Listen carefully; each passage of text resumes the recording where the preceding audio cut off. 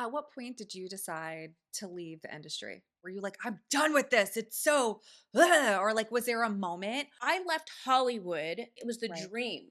But all of a sudden you get immersed in it. It's quite superficial, right? And so I just needed a break from that. And I got into television in the lifestyle space, which is where I met you. It wasn't my choice because the industry left me, right? The industry is changing, it's evolving, and it's moving. And if it was up to me, I probably would have stayed in it for the rest of my life. I would have been buried with a Showgirl. lavalier mic on my lapel. When you're not going to move, sometimes the universe helps move you Ugh. along. Oh my gosh, I have been so excited about this episode happening. I feel like this has been years in the making. Christina, you are such a boss. I'm so excited to have you in the chair with me today. You and your story masterfully, perfectly bridges like the world of high profile, high achievement and like profound personal courage. So Mm, I cannot wait to dig into all the things. I'm going to do a quick intro and then I'm going to pass it to you to do your own intro, a okay. little bit of who you are. So here's how I know you. Okay. You are, I love it when like people introduce me. I'm like, what are they going to say? Um, if you don't know Christina, you need to know Christina. Christina is an award winning journalist. She is a former E! News correspondent. I remember seeing you on E! News before I met you, and I was just like, oh my gosh, you had the best, boldest, brightest personality, and I loved every bit of it. You made history being the first Latina Hmm. on E! News, and as a correspondent, we're going to dig into that today. You're also the creator of SheBelieved. It's a powerful platform that empowers women to lead with courage, faith, and action. You've spent 2 decades creating, crafting, telling celebrity stories. And today you're using your own story to kind of show people that anything's possible, Mm. that it's okay to come back from something that Mm. maybe was gonna or they thought would take them out. And you are like the epitome of true resilience. That is my intro Oh for man. you. So if I was to say Mm. this is who Christina is, this is who I would say you are. Like not only are you a powerhouse in your own right professionally, but the things that have shaped you along the way, and we were just talking about it offline, like who you were E! News and who you are today is like a totally different person, but still equally amazing women. Thank you so much. That was a great introduction. Jeez, do I have anything else Did to I do say? So okay? good. This is literally going to be like a masterclass, this episode, a masterclass in turning struggle into strategy. So Mm. tell us a little bit, with all of that said, in your own words, tell us a little bit about who you are. Like, who is Christina? Yeah, who I am and where I come from. Really, it is my life. My life has really been about struggle and perseverance, and struggle and resilience, and struggle and believing that my purpose was greater than my circumstances, no matter what part of my life I was going through. Right. Right. So, early childhood, grew up in a very small, poor community. My mom was on welfare and food stamps. My dad was an alcoholic and in jail most of my life, very absent, very tumultuous family life. But for whatever reason, I had this dream. I had this fire. I had this crazy notion that I was meant to move to Hollywood and be on red carpets and interview movie stars, like from a very young age. This was not something that You were came a later. star I from was birth. like, yes, I was like, I am meant to be a movie star. Um, but those two things didn't match up, right? Really tough childhood, didn't really come from a whole lot, but this idea that I was meant to do something extraordinary and fun and crazy, and then kind of moved into that space through a lot of perseverance and determination and just kind of crazy belief, right? Right. And I moved to Hollywood when I was 19 years old, a couple of dimes in my pocket, and just kind of had this crazy dream. Worked my way from coffee girl and intern all the way up to red carpets interviewing movie stars like Jim Carrey and George Clooney and um, Julia Roberts on the red carpet. Like my craziest dreams completely manifested in my early 20s. It was bananas. And I was the first Latina to be on E! News, which for me was such a powerful moment because growing up, even though I wanted to do this, I didn't see a lot of girls that looked like me, right? That Mhm. had the dark hair and the dark skin and the brown eyes and had the Spanish surname and Kristina Guerrero. I didn't see a whole lot of that. So I Right. recognized very early on in my career that that meant something and that was going to mean something to somebody else who was watching on the other side. I love that. Yeah. Do you have any? Yeah. So okay, so let's stop there because I want to know, um, did you literally come out of the womb saying like, I don't care what they say. Yes. I am her. I will be her. They can't tell me no. Like, was that you? Have you always been like, It's always been my personality, right? It's always been my disposition. And I also, I talk for a living, but as a little girl, it's just who I was. yeah, My mom will tell you, she would have to constantly tell me to stop talking to strangers because I would fire up conversations with I love anybody who that. would listen. Yeah. But yeah, I was told often, jobs like that are not for people like us. This is not realistic. And I just remember thinking, but why not? Right. Why can't it be me? It has to be somebody. Why can't it be me?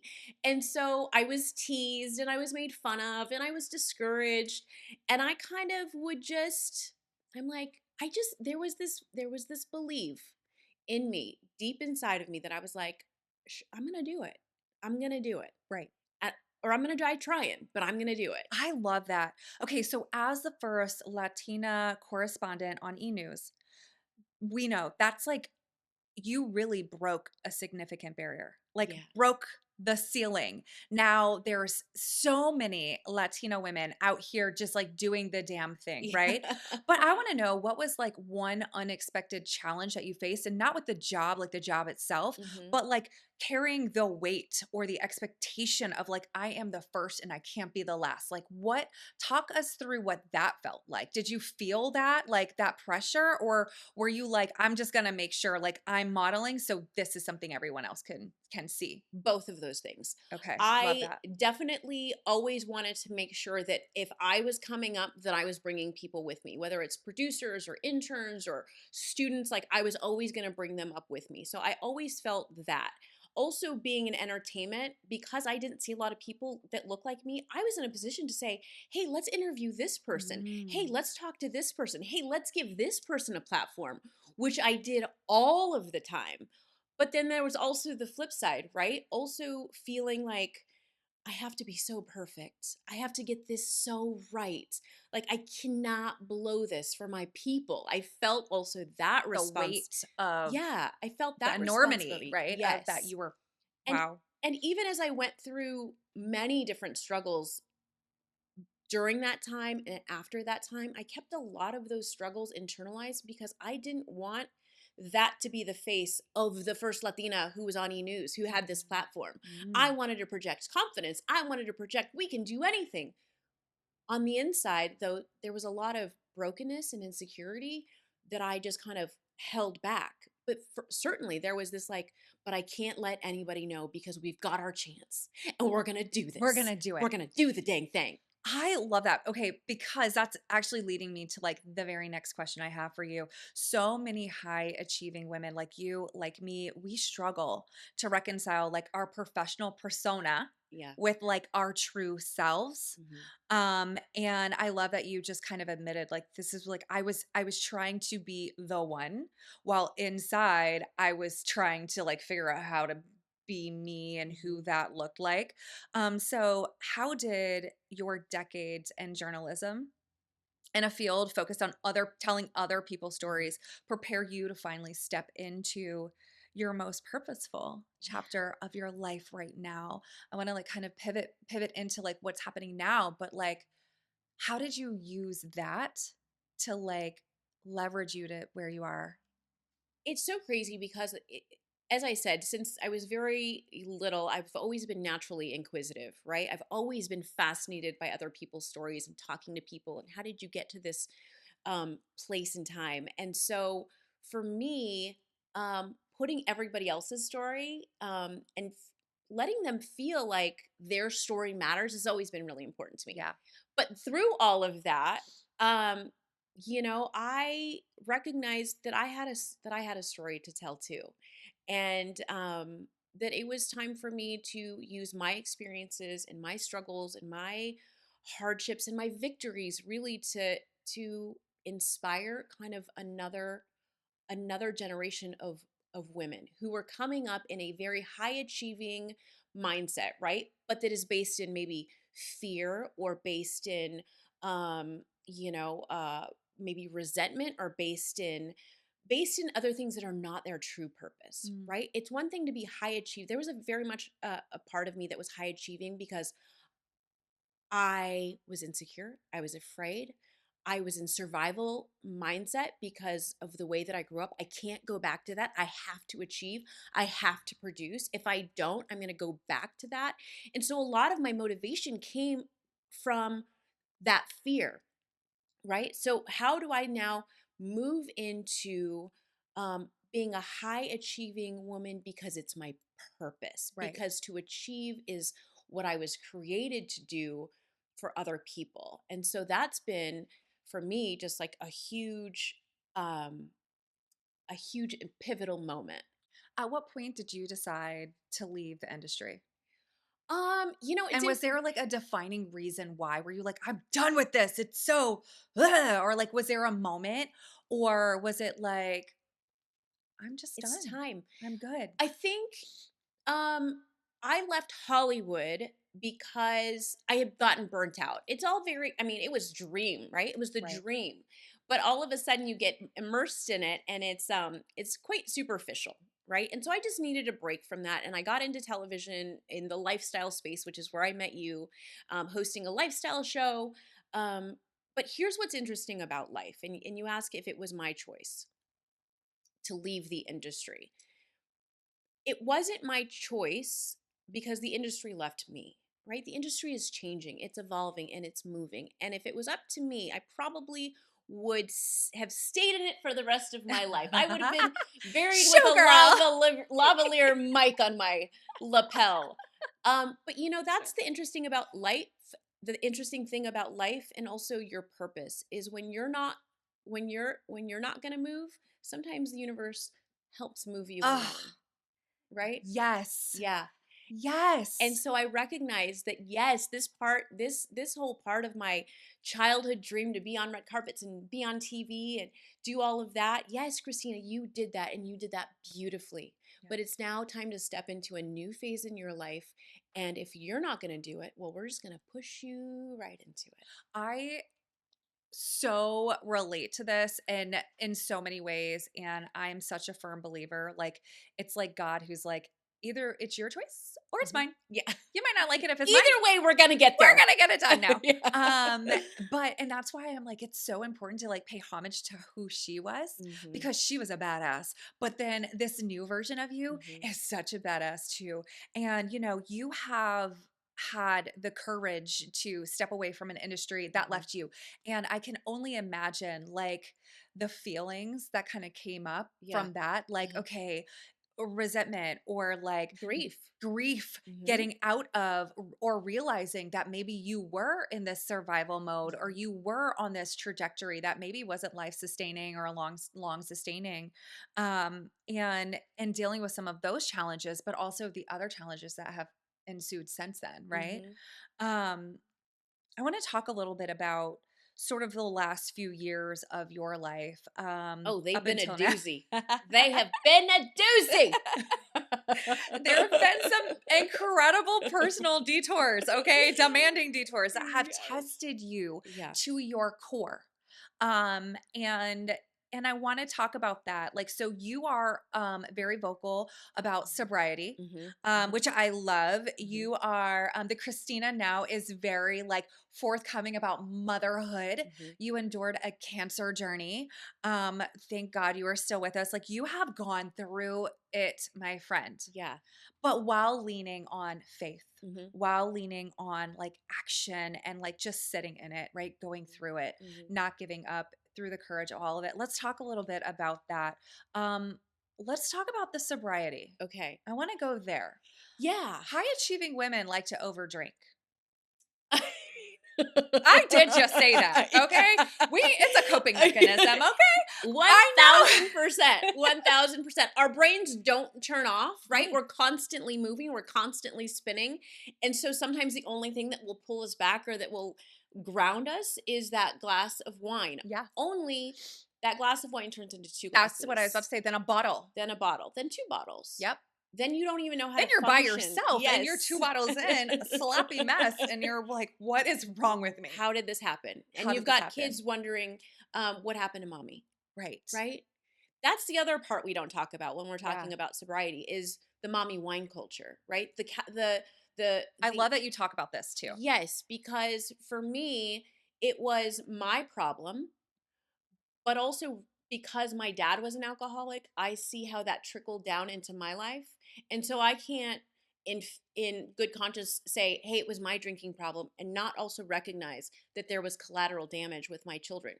Now, are they Yes. young? Yeah. Did they not will they not remember? Probably. But had I kept going down that road, it's going to affect them, Yeah. And so I like to remind people that it's not just a mommy wine drinking problem, it's a family drinking problem because everybody gets affected by it. So I had, as you said, high achieving women. I was a drinker. I was a drinker from the time that I was in college and then Yep. moved into my business and lived in Hollywood and cocktails and wine and all of the things. And how did it go from a fun social thing, oh, that's so silly, to literally hitting my rock bottom? Yeah. When did you realize like this is an issue? I I knew it, right? That's when truth, We being all honest, know. being Yeah. honest with yourself comes in, right? I had known it for a very long time and I kept thinking, I'm going to quit. This is too much. But today's not the day. Yeah. And that went on for years. And finally it came to a head in January of 2022.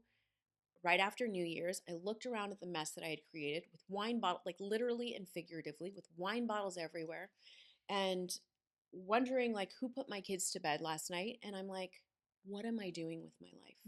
And I really do think that it was a call from God to be like, hey, it's time to wake up. You want to do something big with your life?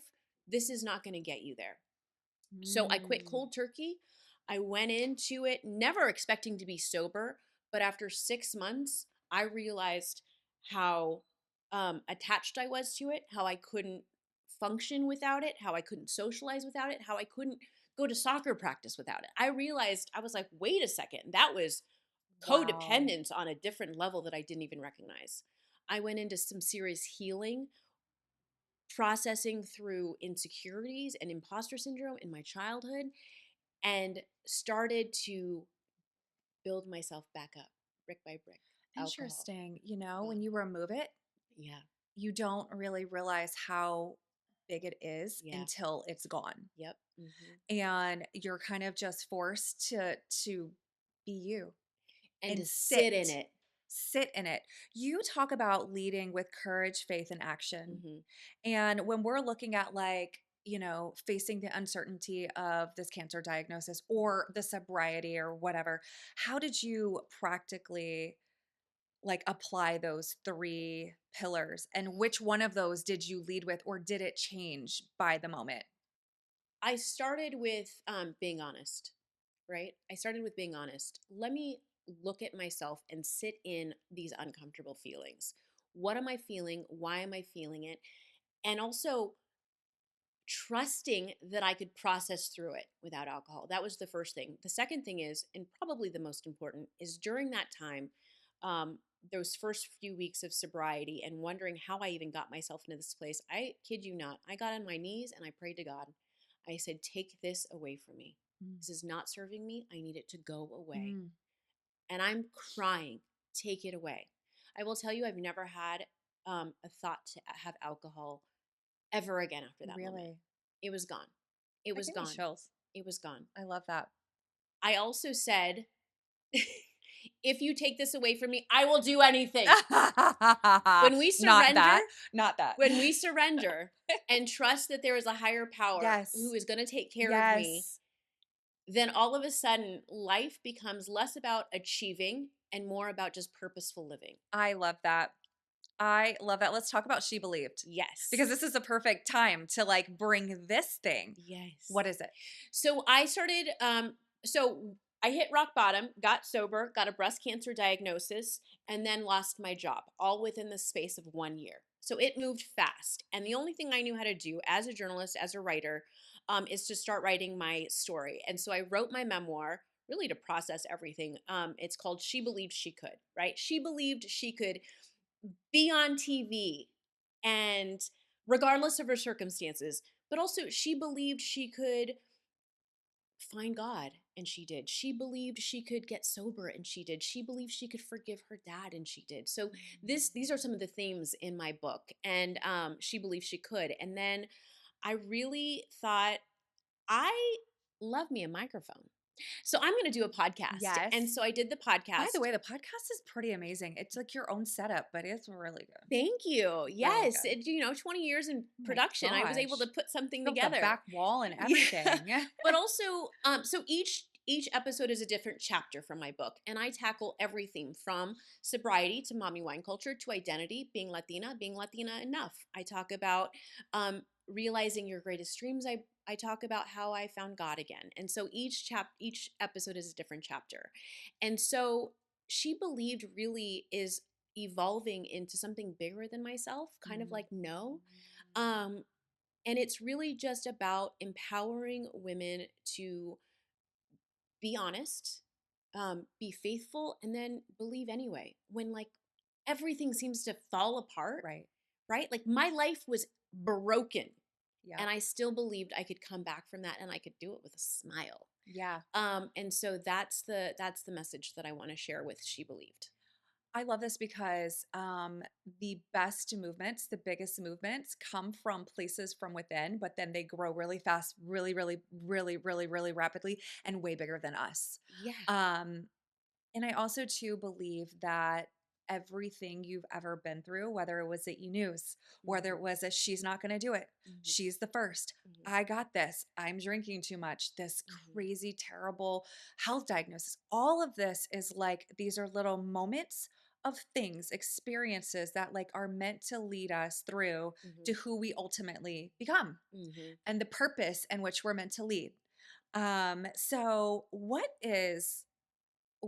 I want to know, what is the smallest, most non-negotiable action step someone should take? They're listening, they're watching, they feel like, you know what, like I'm in a rut.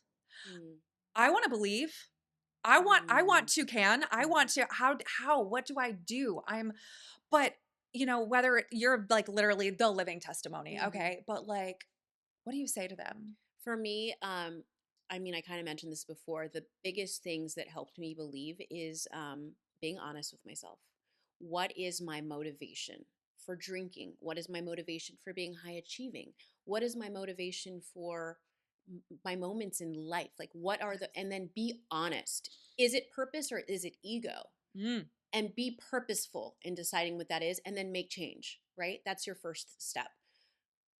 The other thing is to believe in something greater than yourself. It doesn't have to be God or Jesus or Christianity or whatever it is. It could be the universe. Believing that you are here for a purpose all of a sudden takes all of the ego out and then moves you into what is it that you're being called to do. Like She Believed. I like to think of like believe as like your little gut instinct, right? Or Holy Spirit or intuition, right? What is that thing that's saying, hey, I believe you can do this. Now you need to start believing it. And then action, one step a day, one step a day. That. Yep. That's it. Moving into your purpose. I see, and you haven't revealed this yet. I'm assuming that we're going to do this next, but I see you really making this like a thing. This is like, I called it a movement. Yeah. It's going to become a movement. All of you and everything that you have been through, And then you being like the testimony. I truly believe like we are meant to lead and be a testimony to all of those that are in that place that you were once in. So what is, in talking to the women who've listened to the podcast, the women who've read the book, because I know you're hearing from them, Mhm. what is the most rewarding part of guiding women into this new chapter of maybe their lives, or Mhm. helping guide them out of some things that maybe they want to let go of? Um, that they feel seen. Hearing from women that say, "I feel seen." You're saying things that I have not had the courage to say, but knowing that Mm. you said them. Yes. Wait, I thought your life was perfect. Hair and makeup and red carpets and movie stars, TV and all the things, and you went through that? That gives me less shame to admit that I'm going through that. So much of what we go through is kept inside because of shame, right? And when we can bring it out to the surface and I can say things like, my children were collateral damage because of my drinking problem, Mhm. that's honest. Yeah. That's not something I want to tell people. That's not something I want to say out loud. But is it going to help somebody else recognize themselves in my story and maybe make a change? Yeah. Absolutely. That's what moves me. That's what moves me to do that. I can't think of anyone more perfect than you to lead this type of action, just because you are hair, glam, makeup, funny, cheeky, full of personality, and you're also like really real, right? Keeping it real. Yeah. And I love the vulnerability that you are willing to share. And I love that you just said that. Like, it's not about me. Hmm. Hmm. Let me be the one to say it out loud, because maybe you were thinking it all along too, right? What's next? Like, where are we going with this thing? Really, She Believed is turning into to I hope a movement, right? I'm taking it one step at a time. I thought it was going to begin and end with my memoir. I thought I was going to vomit all of my insecurities and mistakes out on the pages. My people, couple people might read it, um, and it's resonating with more and more women, right? Because we are told that we have to be um, perfect and constantly striving and moving and climbing and hustling. And maybe this time we are given permission to be vulnerable, to be broken, and to heal slowly and purposefully and intentionally. And that's kind of the permission I want to give women. So I don't know. What do you see? What do you think? What do you guys think? Where do we want to take it? Well, coming to a stage near Yes, you, exactly. obviously. Um, I love this because people need to hear from people like you, who have like weathered the storm, who have gone through it all, who are willing to be vulnerable, who are showing us that like resilience isn't just surviving, Mhm, but it's actually like thriving, mhm, and you can get to that place no matter what odds you have stacked against you. mhm, No matter whether you are a little Latina who says mhm, you'll never make it, you mhm, cannot do it, or you're facing a scary diagnosis. It is literally the courage from within, and you are like such a remarkable person to share that. How do people get in touch with you? Where do they find you? They heard this and they were like, "Yes, that's my girl." Well, Where do they where? I'm just launching the She Believed pod at on Instagram. You can also catch um, my podcast, She Believed, wherever you get your podcasts. Working on a season 2 where I'm gonna the first season was really about my story, but the second season and after that is really going to be about other women who believe Mm, that they love could. that. And then yeah, so they did that work? That was terrible. Dare I say that this is giving me Oprah? Like she wants to talk to me, or I'm going to be No, Oprah. you're gonna be Oh, Oprah. I'm Like, gonna be- I don't know. I just had like this, like, wait, I love this, telling the stories of people who have overcome. It just gives me yeah, very like, yeah. That's it. It's the She Believed folks who can believe believe beyond their circumstances that they are meant for more. And more doesn't have to mean money, and it doesn't have to mean things. More doesn't have to mean um, big careers and growth. It could just mean like living a purposeful and peaceful and content life, because that's kind of at the end of the day, that's what it's all about. I love that. Where do they get your book? The book is in the process of being published. Oh, Yeah. I love this. It's all gonna I feel like all of it's gonna come together at just the right Coming time. together. Yeah. Mm-hmm. Well, I am so honored to be able to tell your story, past, present, and the foreshadowing of the future that I we love literally that. just just did. Yeah. There's more of you to come. Okay. Me Thank and you you, for this sister. opportunity. This is so great. What you have built is such an inspiration, and also such a great movement. And I need all of your tips and tricks. Got you, girl. Where is your book? Yeah. Inspiring Women for Dummies. Yes. I need that book. Yes, very many years down the road. But fun fact, everyone, she was one of the first 100. Yes, that's First right. 100 women featured in anything no related. We were at the Henry, and she's like, I have this idea, like, women should know each other. I'm going to put together like a list of women who should know each other. I was like, great. Will you be in it? Sure. That's literally That was it. That was From before anything. the beginning. The beginning. Yeah. Do you remember that conversation? I at the do remember Henry? that, Yeah. and I cannot believe that it took us this long to have you on a podcast. Thing. Yeah, I'm gonna do this Women should know women, don't you think? Can you believe that? Yes. Because I met you with our other business. Yes. My other business is how, So oh my crazy. gosh, we're going down memory lane. Yes, exactly. Thank you so much for being here. Thank you, my friend. Appreciate it. I love you. I appreciate you.